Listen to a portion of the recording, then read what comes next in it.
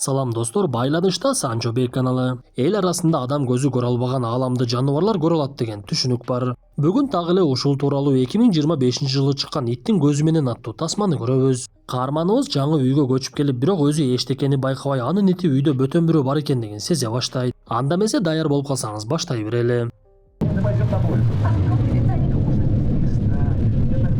Тасманын башталышы ээсинин жанында уктап жаткан Инди аттуу итти көрөбүз. Ээсинин уюлдук аппаратына коңгуроо келген мезгилде Инди ойгонуп кетип, алар жаткан бөлмөнүн бурчунда кара көлөкө пайда болуп жаткандыгын көрөт. Бирок иттин ээси Тод такыр эле ойгонбой оозунан кан агып кыйналып олтурган болчу. Ошол мезгилде Тоддун эжеси Вера ал жерге келип калып, энисинин абалын көрүп дароо эле тез жардам чакырат. Мындан соң тасма башка учурга кайтып, итти кичинекей күчүк кезинде алып, аны чоңойтуп жаткан кадрларын көрөбүз. Индини күчүк кезинде багып алган Тод аны аябай жакшы көрүп, кайда барбасын өзү менен кошо алып жүрүп, убакыттын өтүшү менен Инди чоңоюп, бирок Тод өтө катуу ооруга чалдыгат. Ошондуктан ал ооруканага жаткан учурларында Индини эжеси Вера карап турчу. Бирок Тод ооруканада жата берүүдөн чарчап, бир күнү шаардан алысыраак кетейин деп, түн окумга карабай чоң атасынын токойдо жайгашкан жалгыз үйүнө барат. Бул убакта жамгыр катуу жаап жаткандыктан Тод эчтекени байкабай, унаада олтурган Инди арткы тараптан кара элести көрөт. Бирок бир мезгилде жанагы элес жок болуп кетип, дарбазаны ачкан Тод унааны үйгө айдап кирип, Индини түшүрөйүн десе, ит эмнегедир такыр эле түшкүсү келген жок. Анткени Инди ал жерде бөтөн бирөөнүн бар экендигин сезип жаткан. Себеби көптөн бери эч ким жашабаган үйдүн жертөлөсүнө түшүнүксүз үндөр чыгып,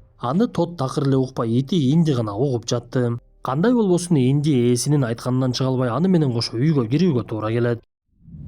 Обан жана Каспий KZ жаңы уникалдуу сервис. Эми Мой О аркылуу Каспий KZ'ге телефон номер боюнча акча которсо болот. Көз ачып жумгуча комиссиясыз пайдалуу курс менен. Ошондой эле Мой О аркылуу Каспий QR менен төлө. Оңой жана тез. Ал эми казакстандыктар Каспий KZ аркылуу эл QR менен Кыргызстандан төлөй алышат. Болгону Мой О же Каспий KZ гана керек. Барына ыңгайлуу, үйдөгүдөй. Мой О Кыргызстандын бардык операторлорунун абоненттери үчүн.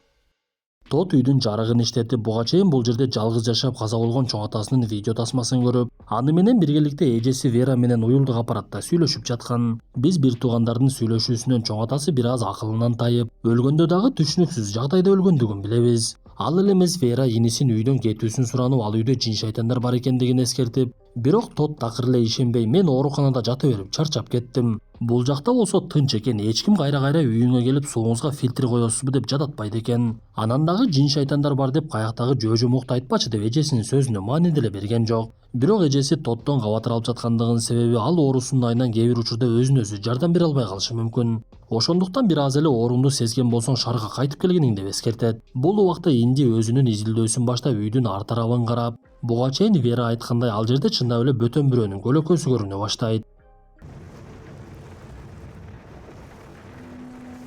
Ошентип ал үйдө биринчи түн өтүп, эртеси күнү каармандарыбыз токойду аралашып, алардын үйүнүн алыс эмес жерде Тоддун туугандары көмүлгөн мүрзө бар экендигин көрөбүз. Бир мезгилде эле Индинин артында түшүнүксүз кыймыл пайда болуп, ал жака адам келе жаткандыгы көрүнүп, көрсө ал жерде кошуна болуп жашаган, азыркы учурда аңчылык кылып жүргөн Ричард экен. Ал каарманыбызга эскертип, мен токойдун көпчүлүк жерине капкан коюп койгонмун, ошондуктан абайлагыла. Сенин чоң атаң дагы тирүү кезинде ити менен жашачу, өкүнүчтүүсү каза болуп калды. Бирок кызыгы, биз сенин чоң атаңдын денесин так эле токойдун ушул бөлүгүндө тапканбыз. Бирок итинин өлүгү же тириги табылган жок деп Тодго маалымат берет. Мындан соң Ричард каарманыбызга үйдө жарыкты жандыруучу генератор берип, эжеси Вера Тодго бат-баттан коңгуроо кылып ал акыбалын сурап жатты. Анан дагы Вера ит тууралуу сурап, Инди өзүн башкача алып жүрбөй элеби? Бош бурчтарды карап же болбосо жөн эле үрүп, өзү мурдагыдан өзгөчөрөөк алып жүргөн жокпу десе, Тод дагы деле эжесинин сөзүнө маани бербей, көп эле кабатыр албай эле кой, бардыгы жакшы болот деген сөзүн айтты. Бирок эртеси Тоддун абалы бир аз оорлошкондуктан ал эртең менен туруп эле шаарга жөнөп, Индини сен үйдү карап тур деп жалгыз таштап кетип калды. Анда Инди терезени карап ээсин күтүп, бирок кечкирген мезгилде дагы Тод кайтып келбей, бир учурда эле үйдүн жертөлөсүнөн үндөр чыга баштайт. Инди эчтекени түшүнбөй эки жагын караса, ал жерде буга чейин Тоддун чоң атасы баккан ит жүрүптүр. Ал үйдүн экинчи кабатына чыгып кетсе, Инди дагы анын артынан жөнөйт. Үйдүн экинчи кабатына чыккан Инди ал жака буга чейин чыгып кеткен итти көрбөй, ал иттин мойнуна тагылып жүргөн чүпүрөктү эмеректин алдында жаткандыгын көрөт. Анда Инди жанагы чүпүрөккө жетүүгө аракет кылып аны тиштеген мезгилде, буга чейинки иттин башынан эмнелер өткөндүгү көзүнө элес булас көрүнөт. Ошол мезгилде эле үйдүн биринчи кабатынан бирөөнүн чыгып келе жаткандыгы байкалды.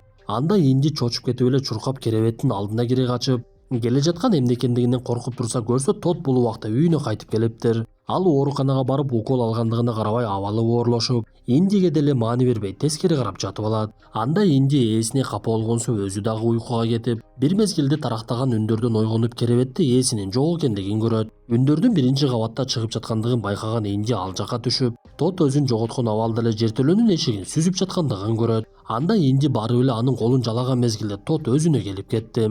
Ал бул жакта эмне кылып жаткандыгын өзү деле түшүнбөй кайрадан орундугуна барып жатып, эртеси күнү ойгонуп деле оорусунан толугу менен өзүнө келе албай, мурдагыдай өзүн жай баракат алып жүрө албай жини бат келе баштайт. Ошондуктан эжеси Вера коңгуроо кылып ал акыбалын сураса кечке чала бербечи деп аны дагы урушуп койду. Бул убакта Индинин көзүнө ачык эле кубулуштар көрүнүп, кээ бир эшиктер ачыла баштады. Ты справишься? Да. Супер.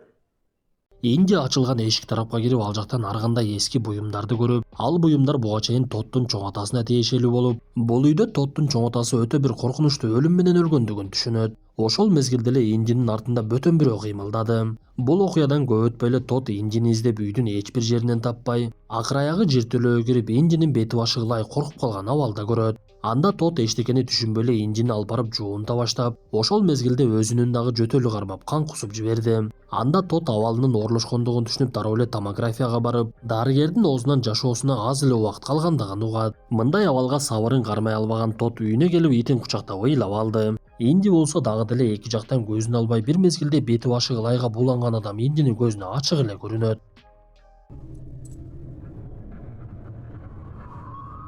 Бирок Тот дагы деле эчтекени сезбей түн убакыт болгондуктан уйкуга кетип, Инди көзүн жумбай эки жакты карап жатып үйдө бөтөн бирөөнүн басып жүргөндүгүн көрөт. Ал басып жүргөн адамдын артынан барып үйдүн биринчи кабатына түшүп, эки жакты жыттап жаткан мезгилде жертөлөнүн эшиги ачылды. Инди жертөлөдөгү жарыкты байкап ал жака барса Тот кулап жатыптыр. Бир мезгилде эле Тот Инди тарапка чуркап, Инди ошол мезгилде ойгонуп кетип, көрсө иттер дагы коркунучтуу түштөрдү көрүшөт экен. Бир мезгилде эле Тот аны өзү жака тартып алса, Инди байкабай эле анын колун тиштеп алып, Тот ордунан тура калып сырткы бөлмөгө чыгып кетти.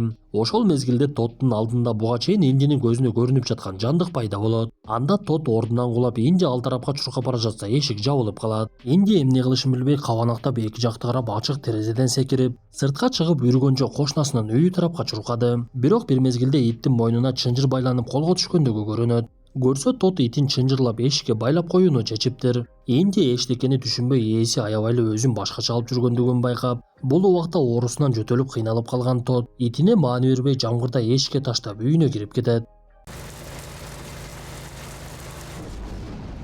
Ошол мезгилде эле бөтөн адам Индинин жанында пайда болуп, ит чочуп эки жака чуркап, болгон күчү менен чынжырын жулуп ал жактан качып кеткенге жетишет. Инди биринчи эле үйгө кирүүгө аракет кылып, бирок эшиктин жабык экендигин көрүп, үйдүн айлана чөйрөсүн карап, жертөлөгө кире турган эшиктин ачык экендигин көрөт. Анда Инди ошол тарапка кирип бара жатып иттин сөөгүнү кабылат. Ал иттин мойнундагы байланып турган чүпүрөктөн Тоттун чоң атасынын ити экендигин түшүнөбүз. Бул убакта Тот оорусунан аябай кыйналып, бир мезгилде деми токтоп, өлүп калгандыгы байкалып, бирок Тот бөтөн үндөрдү угуп ойгонуп кетет. Каарманыбыз чындап эле ошондо гана ал жерде шайтан бар экендигин көрдү окшойт. Анткени Тот тарапка из басып келе баштап, ал жүрөгү түшүп эле эшигин жаба калып, кол чырагын кармап алып, эмне кылышын билбей турган мезгилде ал жерге Инди келип калат. Анда каарманыбыз итинин кантип бошонуп кеткендигин билбей жатып эле өзүнүн денеси керебетте жаткандыгын көрдү. Сыягы Тоттун жаны денесинен үзүлгөн окшойт. Ошол мезгилде эле ал жерде бөтөн жандык пайда болуп, Тоттун мойнуна чынжырды уруп сүйрөп жөнөп, Инди анын артынан коолап жертөлөгө чейин кирип барды. Көрсө иттин көзүнө көрүнүп жаткан жандыктын жертөлөдө уясы бар экен. Инди ээсин куткарайын деп ал жака кирип кетсе, Тот тескерисинче аны түртүп чыгарып, ит адамдын досу деп бекеринен айтпайт экен да, сен негизи жакшы итсиң. Бирок мени бул жерден куткара албайсың деген мезгилде жанагы кара жандык келип дагы бир жолу Тотту алып кирип кетти. Окуядан кийин Тоттун чындап эле өлгөндүгү билинип, эшиктердин бардыгы жабык болгондуктан Инди каяктан чыгышын билбей, ал жерде бир нече убакыт олтургандан кийин жертөлөнүн эшиги ачылат. Көрсө каарманыбыздын эжеси Вера келип инисинин өлгөндүгүн билип ыйлай баштаптыр. Бирок ал итти тапкандыгына кубанып өзү менен кошо алып кетип калды. Сыягы чындыгында эч кандай бөтөн жандык эмес эле, Тоттун өлүмү жакындаганда анын жанын алып кетүү үчүн келген өлүм периштеси окшойт. Динибизде айтылгандай, эгер адам тобо кылбай жашоосун күнөө менен гана өткөрсө, анын денесинин жанынын чыгышы өтө оор болуп, өлүм периштеси дагы жүрөктү түшүрө тургандай аябай түрү суук абалда келет деп айтылат. Сыягы Тотту өлүм периштеси түз эле тозокко алып кирип кетти окшойт. Эми достор, кандай болбосун, ушундай мүнөттөр менен тасмабыз аягына чыкты. Тасма жақса мыкты белгисин басып оюңуздарды сөзсүз калтыра кетиңиздер. Анда эмесе кийинки тасмадан жолугушканча ден соолукту жакшы карап, өмүрүбүздү жакшылыкта өткөрүп мөөнөтүбүз келгенде бул дүйнөдөн кетүүбүз дагы жеңил болсун.